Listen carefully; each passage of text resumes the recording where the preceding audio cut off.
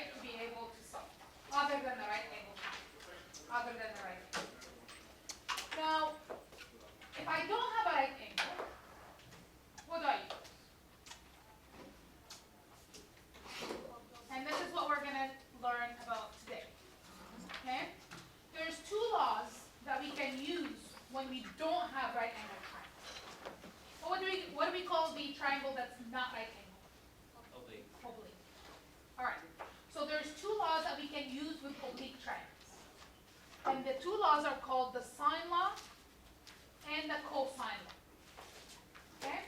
Today we're going to look at the sine law, and if we have time, we can look at the cosine law, but I want to focus on the sine law right now. Okay? So, here's an oblique triangle. Do you see that on the board in front of you? Okay.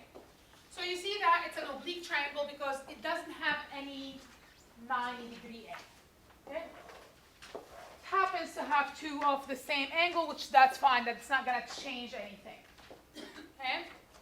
Now, you see that the sum of all three angles together, they're going to add up to 180, right? 65 plus 65, that's 130. Plus 50, that's 180. Perfect. Now, let's see what happened if I take the ratios. Okay, so we're going to do some exercise here, and then we're going to see, what do you notice? Okay, we're going to look at how can I come up with a sine? So what's the angle measure of angle A? 50 degrees. So you see that on the top. What's the measure of angle B? And angle C is 65. Okay. Now, on the calculator right now, what I want you to do is I want you to find sine 50. And then give that to me to 4 decimal place. Okay, one of you. Okay, Samantha. 0.7660.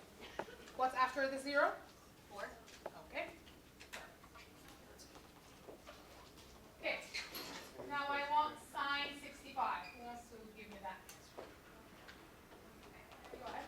0.9063. 9063. What's after the 3? 0. Perfect. Okay, and that's going to be the same thing here because I'm doing sine of 65.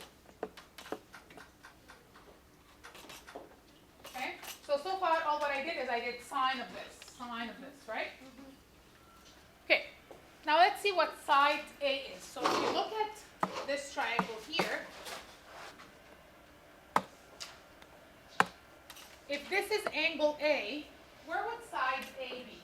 The opposite end. The opposite side. So that means BC is called side A. Remember yesterday we said the angle and its opposite side, they're going to have the same letter, except the angle is going to have a capital letter, this side is going to have a small letter, right? So this is side A, where's side B? So AC is B, and then C is AB. Okay? It's important to know how to name these sides. Okay, so side A is 26.4, so let's write that down. Side B is 31.2, and side C is 31.2. Now, here's what we're going to do. We're going to find on the calculator what A divided by sine A is. So, eyes on me for a second. You're going to take your A, and then you're going to divide it by sine A, and give me the answer. Go ahead. 34.4. 34.5. Okay.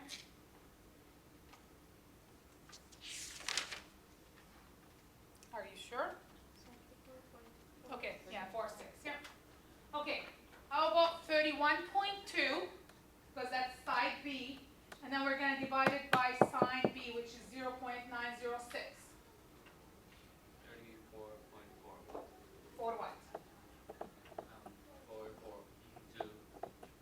Okay, so that's 4, 2, and then we're going to write this as 4, 5.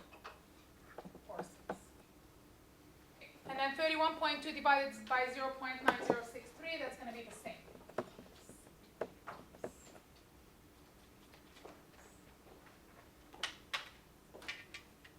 Okay.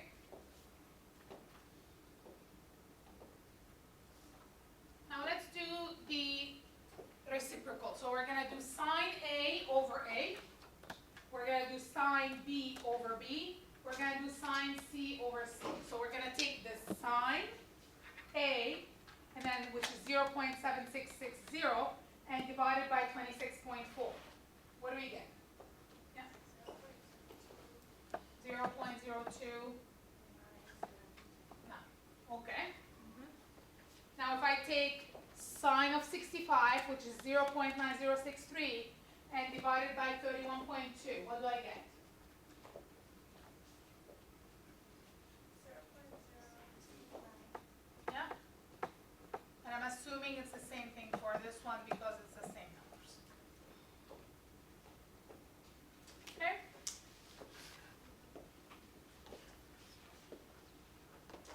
Do you notice anything in that table? What do you notice? Yeah, go ahead. So you notice that when I did like A over sine A is the same as B over sine B, and is the same as C over sine C. Do you guys notice that? Yeah. How about sine A over A and sine B over B and sine C over C? Are they equal? Yeah. They're equal, right? So you notice that if I do A over sine A, the answer is equal to B over sine B, which is also equal to C over sine C. Yeah? And you also notice that if I do the other way around, if I do sine A over A, the answer was equal to sine B over B, and it was equal to sine C over C.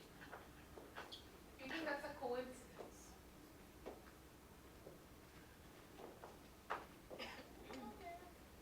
Do you think that's going to happen with all oblique triangles?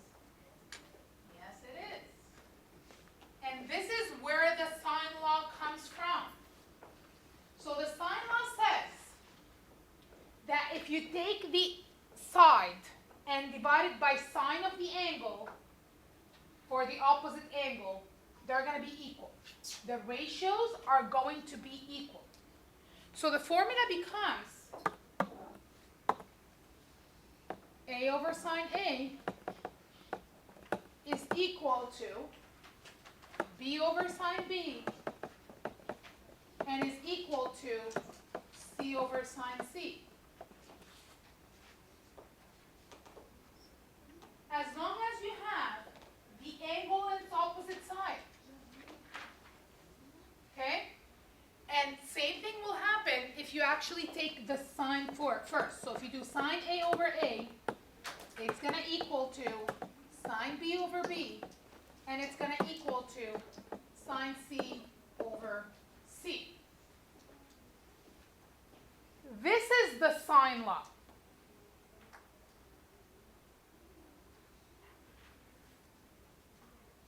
Okay? Why is it called the sine law? Because it has the sine as part of it. Sine A, sine B, sine C. Okay?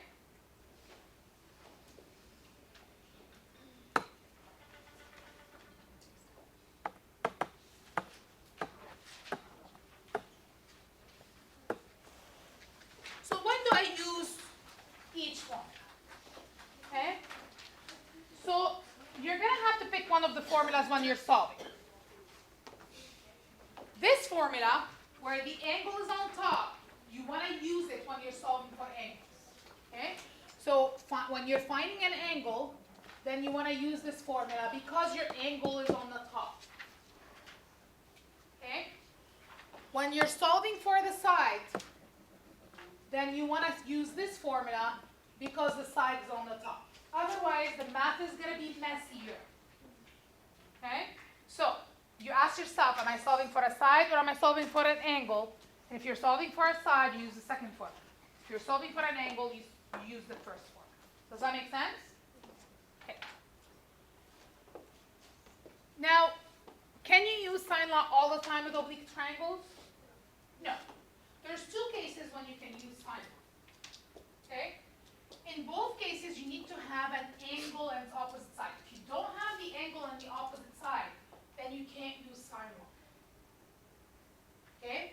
The idea of sine law is that you need to have at least one angle and its opposite side, and another piece of information. Okay? So, let's say if I have this angle, and I have side A, they give me these two information, right? And they give me any other angle. So let's say they give me angle B, right? I can use the sine law because guess what? I have these two information, so that will be able, I'll be able to fill one of the ratios. I'll be able to fill this.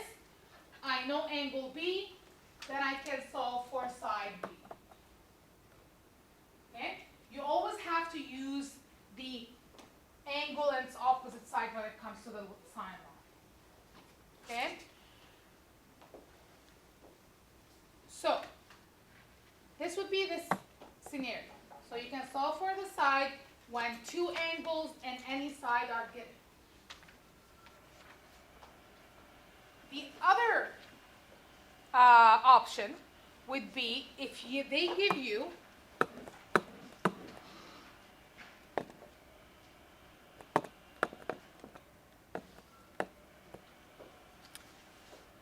you side B and they give you side C. They have to give you another piece of information. What could it be? Huh? I can't hear you. Which angle? Which angle do I need? I need angle C or angle B, right? They have to give me another piece of information, and it has to be an opposite angle, okay? So let's say they give me angle C. So now I know side C, I know angle C, and I know side B. What can I solve for? Side C and angle C. I already know side C and angle C. I can solve for angle B, right? Because I have these two pieces of information, okay? I know this, I can solve for this. You always want an angle and its opposite side. That's always what you're looking for, okay? Let's look at examples. It will make more sense with examples. Now, something that you have to be careful with is that with a sine law, you can only use two of the ratios at the same time, which means, eyes on me for a second.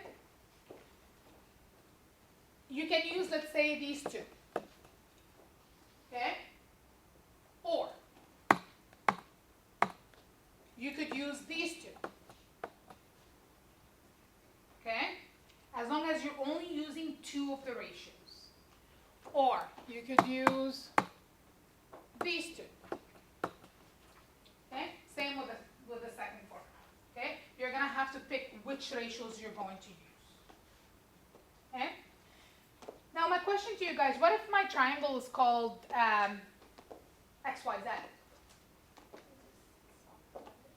Just change the letters. Instead of A over sine A, you can say X over sine X. Instead of B over sine B, you can use Y over sine Y, right? As long as the letter and the angle, like the letter matches, okay?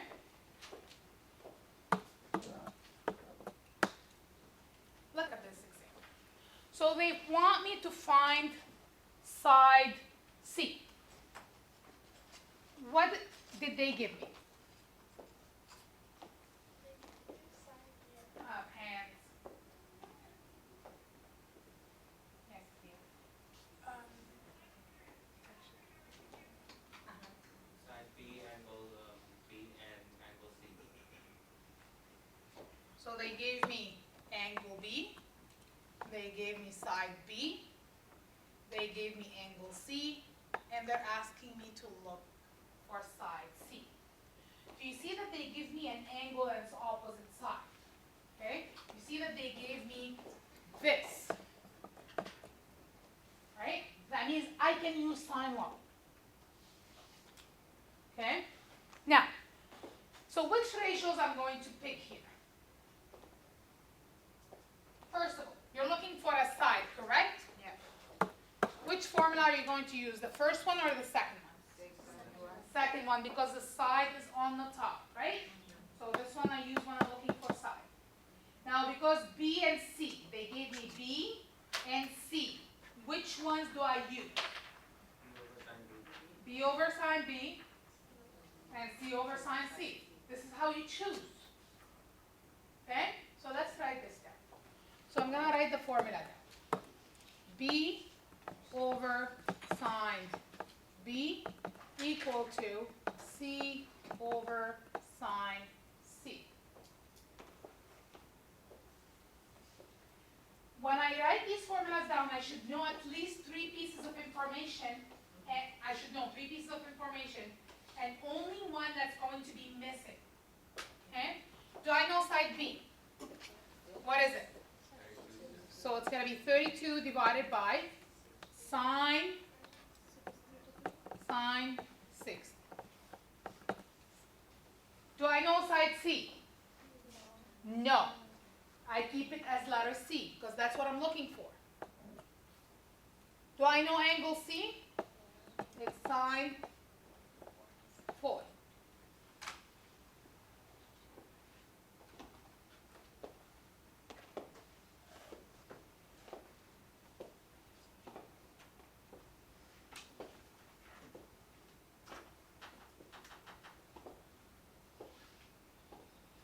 So you see that I have 3 known information and there's 1 missing.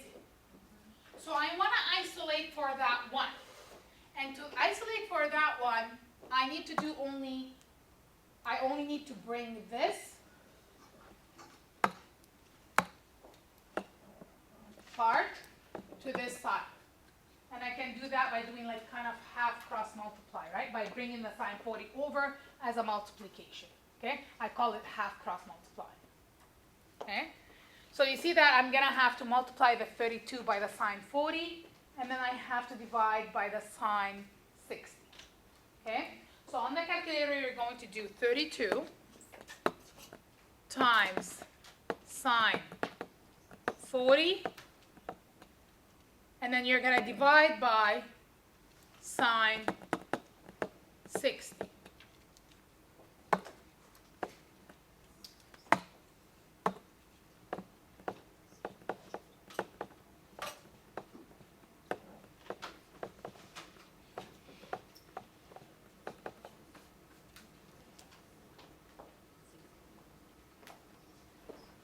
And what do you get?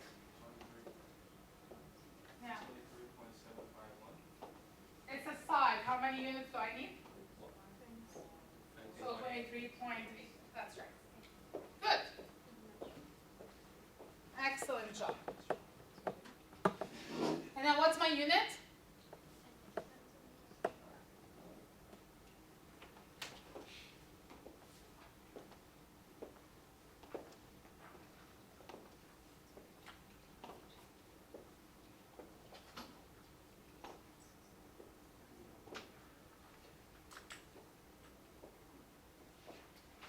So you see that you need to have enough information to be able to use the formulas, right? Okay. Now, let's look at the second example. What do I know?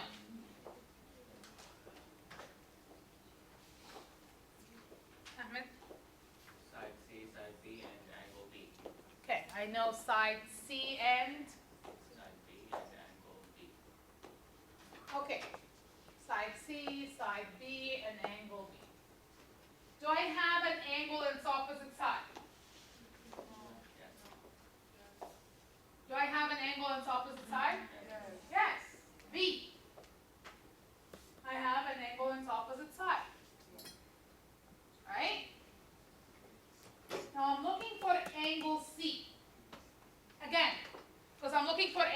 formula are you going to use? Sine over Okay, so it's going to be sine B over B equal to sine C over C.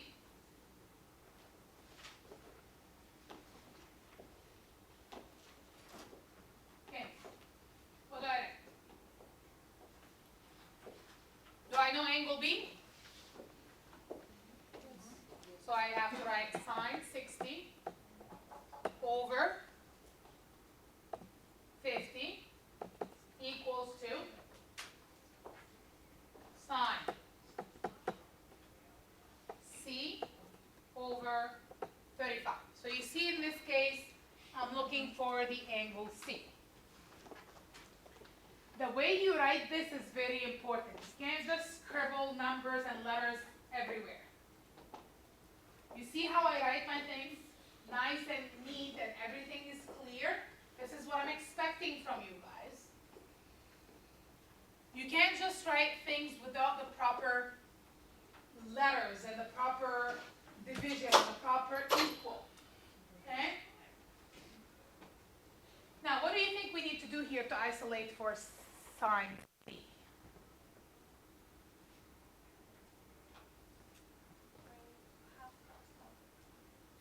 Half cross multiply. And then I'm going to half cross multiply by bringing the 35 over here. Right? So, you always put the number before the sign. So I have sine 35 times sine 60 over 50. So, on the calculator, you're going to do 35 multiplied by sine 60, and then you're going to divide by 50.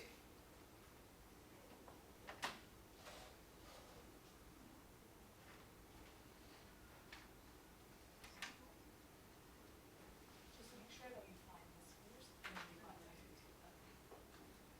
Find the top first. So do 35 times sine 60 press equal, then divide by 50. Yes.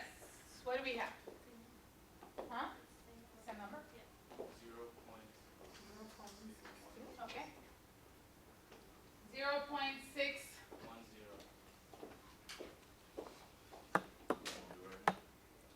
0.61. Oh, no. 0.6062.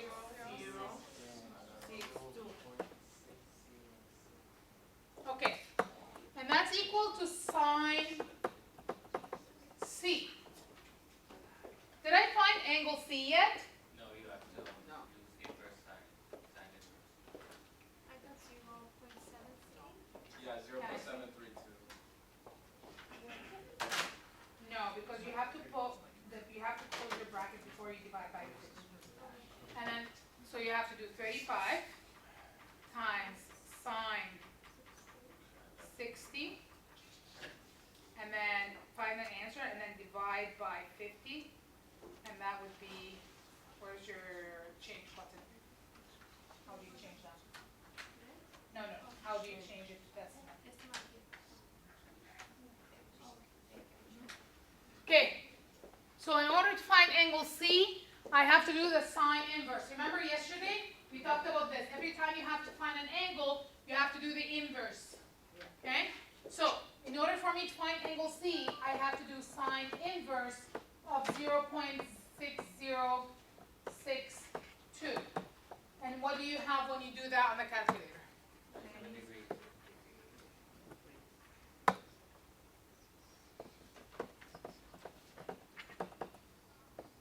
And remember, your angle should be to the nearest degree, no decimal, unless the question asks you otherwise.